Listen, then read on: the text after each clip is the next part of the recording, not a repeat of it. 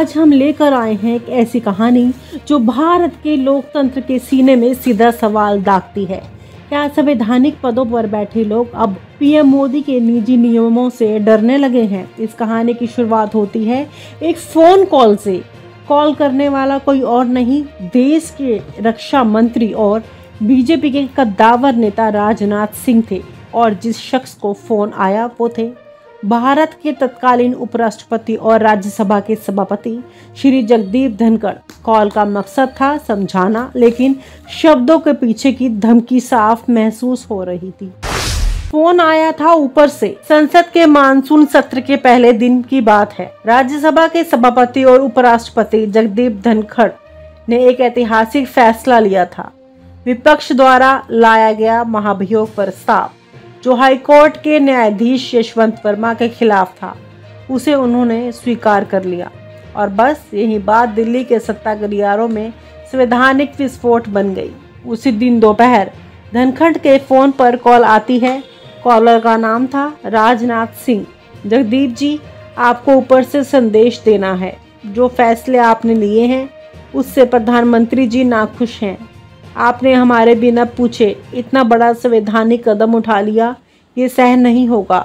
अगर आपने आगे भी अपने हिसाब से फैसले लिए तो इसके गंभीर परिणाम होंगे। धनखड़ उस क्षण सन्न रह गए। उनके सामने बैठा उनका स्टाफ सतबद्ध था। कोई कह नहीं सकता था कि ये एक आग्रह था या धमकी। सावधान नहीं, आदेश चलेगा। राजनाथ सिंह ने जब फोन काटा तभी प्रधानमंत्री कार्यालय में भी हलचल तेज थी। नरेंद्र मोदी ने गुस्से में कहा, हमने धनखड़ को वहां भेजा था संविधान पढ़ने के लिए या हमसे लड़ने के लिए? अगर वो हमारा खेल बिगाड़ेंगे तो उन्हें भी मैदान से बाहर किया जा सकता है। गृह मंत्री अमित शाह चुपचाप सुन रहे थे। उन्होंने एक बात कही, मोदी जी, अगर धनखड़ मानने को तैयार नहीं है तो हम कोई और रास्ता भी निकाल सकते हैं। बैठक में तय हो गया, अगर धनखड़ विपक्ष को मंच देंगे तो सत्ता उन्हें मंच से हटा देगी। धनखड़ का असमंजस और आत्मसम्मान, राजनाथ सिंह की बातों ने उन्हें हिला दिया था। धमकी साफ थी, लेकिन आवाज में एक सजनता थी। चादर डाल दी गई थी। उन्होंने कहा था, प्रधानमंत्री जी चाहते हैं कि आप तुरंत बीएससी की बैठक कैंसिल करें और महाभियोग प्रस्ताव को रोकें, नहीं तो स्थिति आपके अनुकूल नहीं रहेगी। धनखड़ को यह बात चुभी थी। उन्होंने अपनी निजी सचिव से कहा, क्या अब संविधान से ऊपर मोदी जी की मर्जी चलती है? क्या मैंने उपराष्ट्रपति की शपथ आदेश पालन के लिए ली थी? बीएससी मीटिंग और सत्ता की अनुपस्थिति। धनखड़ ने फिर से उसी शाम बिजनेस एडवाइजरी कमेटी बीएससी की बैठक बुलाई, लेकिन जैसे ही वे बैठक कक्ष में पहुंचे, राज्यसभा में सदन के नेता जेपी नड्डा और संसदीय कार्य मंत्री किरण रिजिजू गायब थे।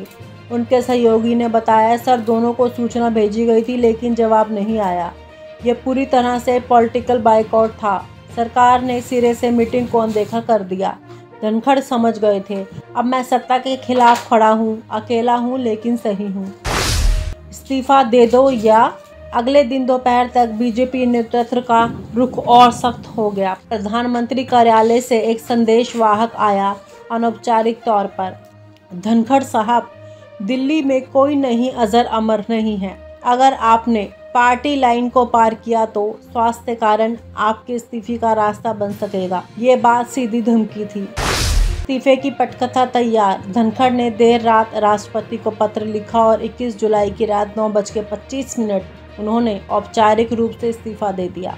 स्वास्थ्य कारणों के चलते मैं उपराष्ट्रपति के पद से इस्तीफा दे रहा हूं। लेकिन सब जानते थे ये स्वास्थ्य नहीं, राजनीतिक असहिष्णुता का असर था। धनखड़ अब सत्ता के खिलाफ एक प्रतीक बन चुके थे, एक ऐसा चेहरा जो सत्ता के सामने झुका नहीं। Honorable members, I am extremely pleased to extend birthday greetings to honorable members of Parliament, Dr. Lakshmikant Vajpayee,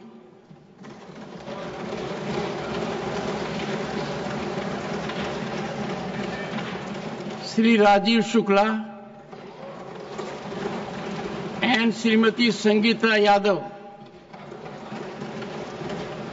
whose birthdays were yesterday.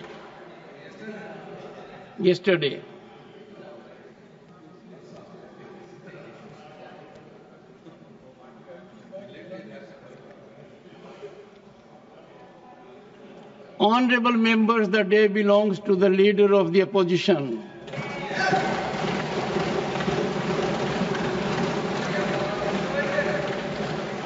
On behalf of this House and myself, warmest greetings and heartfelt wishes to Sri Mallikarjun Kharge, leader of the opposition in Rajya Sabha. Our 5-decade political journey powerfully demonstrates unwavering commitment to democratic values and tireless national service. From 9 consecutive Karnataka Assembly victories, 1972 to 2009, and as serving leader of opposition in Karnataka Legislative Assembly, to holding key portfolios in the union government in railways, labor and employment, your leadership has been consistent, inclusive and exemplary. As National President of the Indian National Congress and leader of opposition in the Rajya Sabha, you embody trust and respect transcending political lines. Your steadfast convictions, constitutional understanding, and statesmanlike conduct inspire parliamentarians across generations. A remarkable polyglot, your fluency in English, Hindi, Urdu, Kannada, Telugu, and Marathi reflects deep cultural rootedness and enables connections across diverse regions. I have benefited from your guidance on several occasions. Your wisdom, humility, and respect for democratic institutions have profoundly shaped my understanding of governance. Your simplicity and accessibility exemplify public life's highest ideals. Equally inspiring is your family's strength.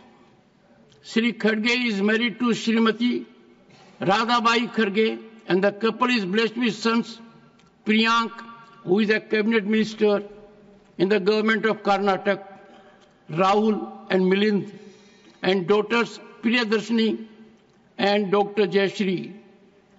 She is married to Sri Radhakrishnan Dodamani, Member of Parliament, Lok Sabha, your son-in-law. As you enter another distinguished year, may the Almighty bless you with robust health, renewed energy, and continued wisdom to serve the nation with the grace and dignity that have always defined you.